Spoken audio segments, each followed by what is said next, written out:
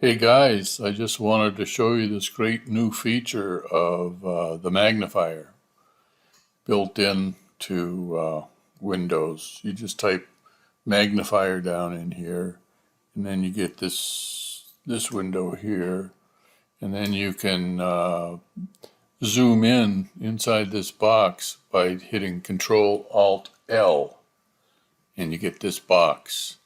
Otherwise, see, this doesn't magnify at all, and this magnifies twice, which is, you can't go in between like 150%. It's only fixed amounts because if you cut the pixels in half, then you get good, easy software, and I'm able to do that. Anyway, you can go 3 times as big, and I don't know how big you can get, but you don't need any more than twice.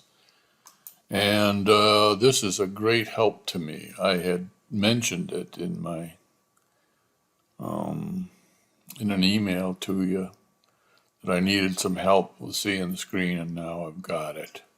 So I just wanted to tell you all about that.